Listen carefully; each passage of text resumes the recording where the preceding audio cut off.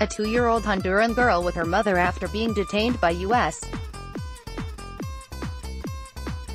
Border Patrol agents near McAllen, Texas, before possible separation under the Trump administration's zero-tolerance immigration policy. Washington, conservative groups that promote themselves as pro-life and pro-family are quietly supporting the Trump administration policy of separating immigrant children from their parents at the border, or refusing to weigh in at all. Susan B. Anthony List, an anti-abortion organization that pledges to encircle the vulnerable ones who need us, and to fight until they are safe and free, said Monday it won't discuss Attorney General Jeff Sessions' zero-tolerance immigration policy, which separates children from their parents so the adults can be criminally prosecuted for crossing the border without documentation. Previously, authorities typically kept migrant families together and routed them to immigration courts. From its inception, Susan B. Anthony List has been completely dedicated to protecting the first right, without which no other rights matter, the right to life, the group's president, Marjorie Denenfelser, said in a statement. Therefore, we refrain from public comment on immigration and many other topics, including other policies that impact families. Denenfelser's comments were in response to a recent New York Times op-ed titled, "You Can't Be Pro-Life and Against Immigrant Children." Tony Perkins, president of Family Research Council, whose mission is to create a culture in which all human life is valued, and families flourish, said the border situation is tragic for children, but it's not fair to blame the Trump administration. That burden lies with their parents who knowingly put them in this position, Perkins said in a statement. If you are smuggling a child, Attorney General Jeff Sessions has said, then we will prosecute you and that child will be separated from you as required by law. If you don't like that, then don't smuggle children over our border. Migrant children are held and caged in enclosures and given aluminum foil blankets in a McAllen, Texas detention facility.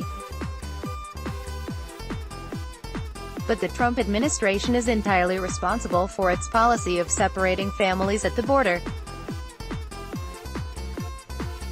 President Donald Trump could end the policy today if he wanted. Instead, he is using it to try to deter immigrants from coming to America and as leverage to pressure Congress to build his proposed wall along the U.S.-Mexico border. The administration has taken nearly 2,000 children away from their parents over the span of 6 weeks. Photos from detention facilities show kids being herded into cages and given aluminum foil blankets.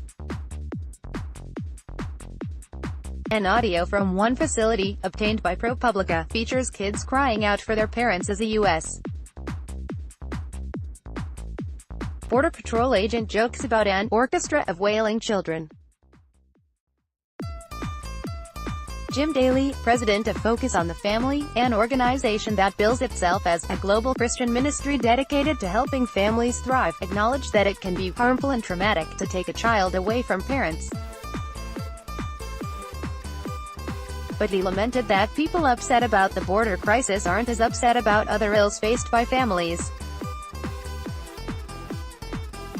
Tragically, millions of children are negatively impacted and separated from their parents on a daily basis by the epidemic of divorce, abuse, alcoholism and other matters that plague the family, Daly said in a statement. We are following the current debate closely and awaiting the specifics of the proposed legislation intended to address these and other concerns related to immigration reform and border security. Legislation is neither the required nor the likely solution to the Trump administration policy, however. People advocating a legislative fix either don't understand that the president can immediately end his own policy or, more likely, are trying to give cover to Trump to keep carrying out the policy. Elise Hogue, president of NARAL Pro-Choice America, ripped the hypocrisy of anyone claiming to be pro-life or pro-family while doing nothing about the Trump administration's mistreatment of children and families at the border. Trump, the GOP Congress that refuses to stand up to him, and their followers' weak attempts to claim the pro-life and pro-family mantle dissolve in the face of this latest dictate. Hogue wrote in a column Monday night. Not only do they believe the lives of immigrant and brown children don't matter, they campaign on racism and use these children as pawns. Download. Do you have information you want to share with HuffPost? Here's how.